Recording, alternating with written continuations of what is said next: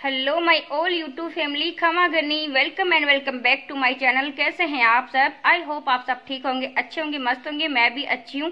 आज एक new video के साथ मैं राजकौर शेखावत आप सभी का स्वागत करती हूँ। आज का वीडियो रहने वाला है नरेश मीणा पे, जो कि आप सभी को पता है वो 8 महीने से जेल में थे, जो कि रिहा होकर आ चुके हैं, वो भी जमानत पर। बट आते ही उन्होंने दहाड़ना शुरू कर दिया। देखिए इस वीडियो को ध्यान से।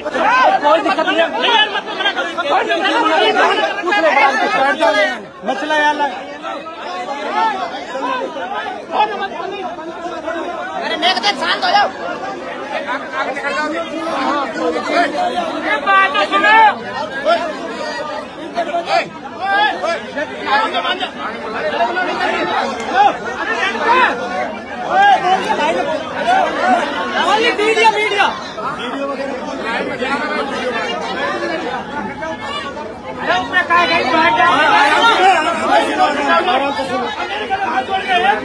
मीडिया आवाज इनकी आनी चाहिए। हाँ, अच्छा ना रहो। बोलो खाटू श्याम की जय, बोलो हीरामन बाबा की जय।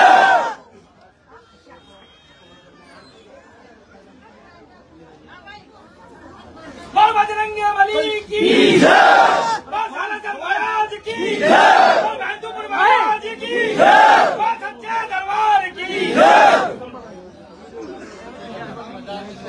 अरे लाइव मत चलाइए, कोई लाइव मत चलाइए।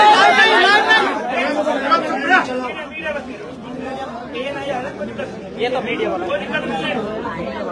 लाइव मत चलाना, बस मीडिया मत चलाना। Okay okay.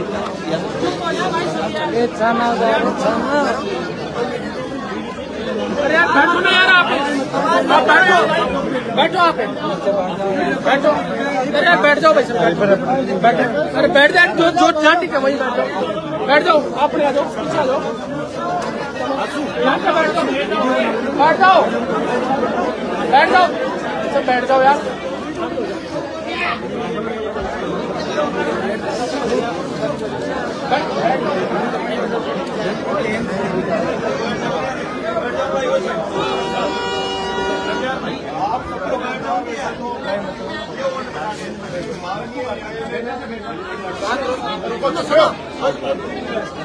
जमानत पर रिहा किया है। माननीय न्यायालय ने मुझे अभी केस से मेरा निर्णय नहीं दिया, मुझे जमानत पर छोड़ा है। माननीय न्यायालय ने मुझे आदेश किया है कि मैं महीने की 25 तारीख को, हर महीने की 25 तारीख को तो नगर कोर्ट थाने में अपनी हाजिरी लगाऊं। माननीय न्यायालय ने मुझे आदेशित किया है कि मैं छूटने के बाद किसी जश्न में किसी तरह की कोई इस तरह की बात ना करूं। लेकिन समरावता ने मुझे बेटा माना है और मैं बेटा बनकर ही अपने परिवार में आया हूं और मरते दम तक, जब तक मेरी शरीर में जान है, जब तक इस गांव के प्रत्येक बुजुर्ग की, प्रत्येक माँ की, प्रत्येक भाई की, प्रत्येक बहन की बेटा बनकर, भाई बनकर, आपकी बुढ़ापे का जो बुजुर्ग है उनकी लाठी बनकर आपकी सेवा करने का प्रण लेने आपके बीच में आया हूं। आज के बाद इस समरावता गांव में हर परिवार का मैं बेटा हूं, भाई हूं। जब कभी भी किसी भी वक्त मैं किसी भी कोने में हूं, किसी भी परिस्थिति में हूं, लेकिन अगर समरावता का एक बच्चे से लेकर माँ, बुजुर्ग, महिला, बहन, बुजुर्ग, कोई भी व्यक्ति इस बेटे को याद करेगा तो आपका बेटा जैसे सरवण ने अपने माँ बाप की सेवा करी, उसी तरह आपका बेटा सरवण बनकर आपकी सेवा करने के लिए आपके बीच में तैयार है।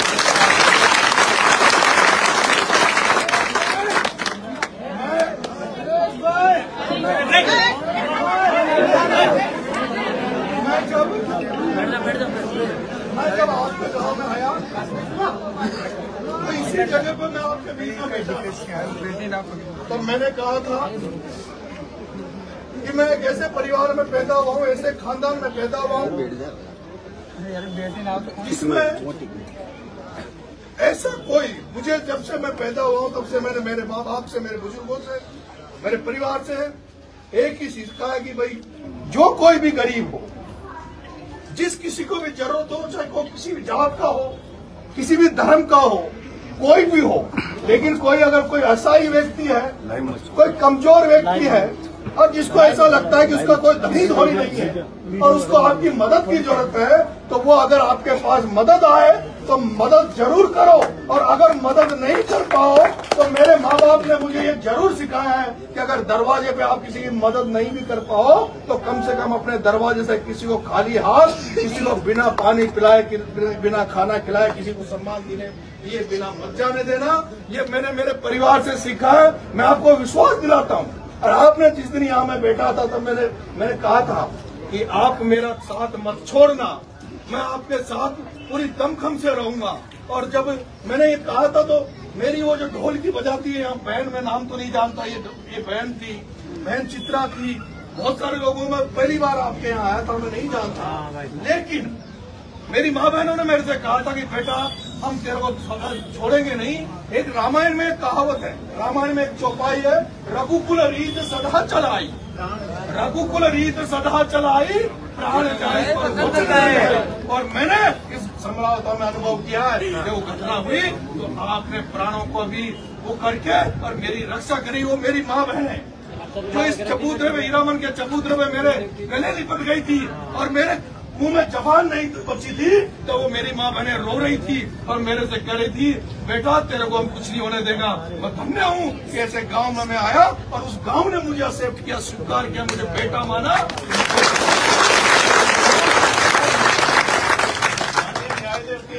आदेश के कारण, माननीय न्यायालय के आदेश के कारण से मुझे दुख है इस बात का। इस भारत में और हमारे सनातनी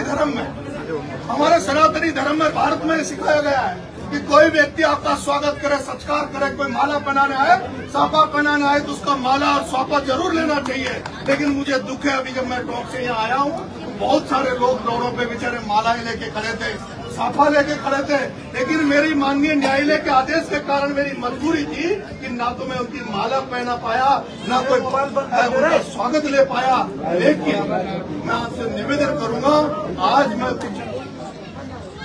इन शब्दों के बेटा होने के नाते और कोई शब्द आज न्यायपालिका के कारण कुछ बोल नहीं पा रहा। मेरा ये मन है कि मेरा सबसे ये था कि भाई मैं उस मिट्टी को चूमूं जिस मिट्टी पे मेरा पुनर्जन्म हुआ। वो घटना आपके सामने थी, वो घटना कैसी थी, इसलिए मेरा फर्ज था कि मैं निकल के समझाता हूँ। उसके बाद में आज अभी देवनारायण भगवान जोधपुरिया के ठोक लगा के अपने बच्चों से, अपने परिवार से मिलूंगा और कल मैं बाबा खाटू श्याम के दरबार में जाऊंगा, क्योंकि मैंने जब जूते भी जब छोड़े थे तो मेरा यही था कि भाई बाबा खाटू श्याम हमारी कृपा कर दे, हारे का सहारा। इस हारे हुए नरेश को ये जो होपलेस हो चुका था उसको बाबा श्याम का आशीर्वाद मिले। लेकिन मुझे अब ऐसा लगता कि बाबा खाटू श्याम ने छप्पर फाड़ कर हमें आशीर्वाद दिया है कि उसी का आशीर्वाद है बाबा खाटू श्याम का, जिसने जो लोग जो चाहते थे उनको उनके ऊपर पानी फेरा। इस बेटे को, जैसे इस बेटे को अंदर गया वैसे ही उसी रूप में वापस से बाबा खाटू श्याम की कृपा थी कि जो वापस बाहर आया। बाबा खाटू श्याम के कल दर्शन करूंगा और उसके बाद में एक दिन के लिए नहीं, कुछ घंटों के लिए नहीं, मैं लंबे समय के लिए आपके गांव में रहूंगा। एक एक समस्या को दूर करने का प्रयास करूंगा और जहां कहीं भी मेरी जो क्षमताएं होगी, बस की होगी, उसको मैं पूरा करने का कर्म करूंगा आज से। लेकिन इस गांव का नरेश बेटा है, मैं आपकी बेटा बनकर सेवा करूंगा। बहुत